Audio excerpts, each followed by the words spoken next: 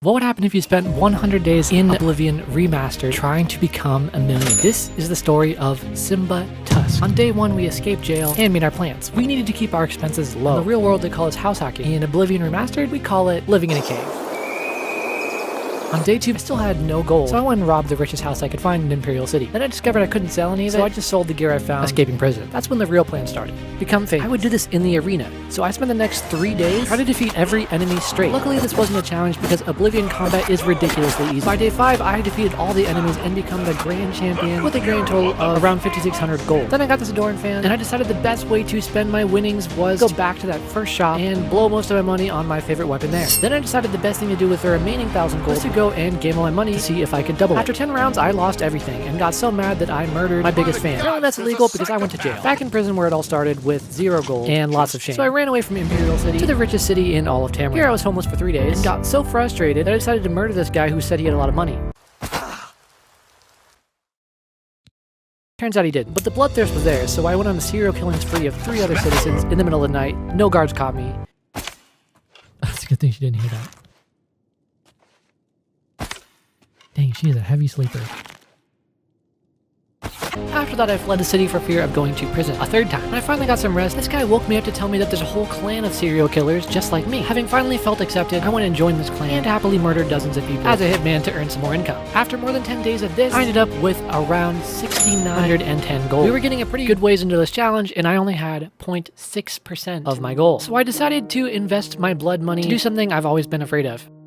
Become an entrepreneur. So I went to all the alchemy shops I could find, and bought every single ingredient, crafted them all into potions, and sold them back. After the first batch of making less than 1,000 gold, I realized every potion sells for the same, so I should only be buying cheap ingredients, not the expensive ones. So I repeated this process again for about another day, and still felt like I wasn't making enough gold. Then I discovered using other people's labor. So I went to all the farms I could find, and picked all of their fruit for them, but didn't give it to them, and instead used it to make my own potions to then sell to these merchants. This was making a lot of money. Then I found this amazing house out in the middle of the wilderness, which had this enormous alchemy garden inside. So every 3 days I would pick all of those, pick everything from these few farms, go and make a bunch of potions, and sell all of them to the merchants. Also with these merchants, I would persuade all of them to like me near 100% so that I could haggle for better prices. This, in my increasing alchemy skill, made it so I was making an increasing amount of money. By the end of 50 days, I had gotten to 100,000 gold. I was starting to feel pretty rich. Every 3 days, I could rack in about 25,000 gold on the 3rd day while just going around and adventuring the other 2 days. That's when I discovered an enormous problem. At a rate of 25,000 every 3 days, I would only be able to make about 400,000, bringing us to a grand total of 500,000 gold, which is half of our goal. I needed to change something. So for nearly the next 50 days, I went hard. Every 3 days, I would go to all those farms and pick all the ingredients, but every day in between, I was in the forest picking other random ingredients, making sure I met my quota. Time was wearing thin. I didn't know if I was going to be able to make it. By day 75, I only had around 350,000 gold, but as the days passed by, I worked hard, and every time I got frustrated, I would just murder my adoring fans because I realized they were immortal. They would come back 3 days later without fail every time. So every time I got angry, I could just murder him and then things would be fine. But something creepy was happening. He would always smile when I murdered him, even when he already passed. The nice thing about this is I could harvest about 3 gold from his body every time. As the days passed, my gold was going up faster. By alchemy 75, I was creating 2 potions for every one, and by alchemy 100, I could create a potion from a single ingredient, meaning now I was making 4 times as many potions as before. On day 98, I was selling my last ingredients, and then I realized something. I had soared past 1,000,000 gold. We had done it. This was insane. I was losing my mind. It didn't matter to me that the world was being overcome by these Oblivion gates because I was a millionaire. And all these poor beggars on the streets meant nothing to me. Simba Tusk. So I went out to my decked out mansion on the top of this mountain. When I got back to my mansion, I stored my gold in this chest. But then something hit me. This entire time, I thought I was alone. I'm sure I had a horse and 1,000,000 gold, but I had no friends, no family. That's when I realized my adoring fan was my family. He had been there through all of this, from rags to riches, back when I only had 5,000 gold. It was then that I told him how much he meant to me.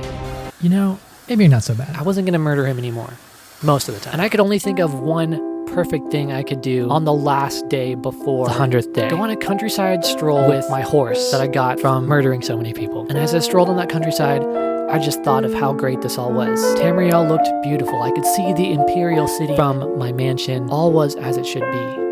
That's when the lightning struck. I raced back to the house with my horse. When I got back in and looked in the chest, it was empty.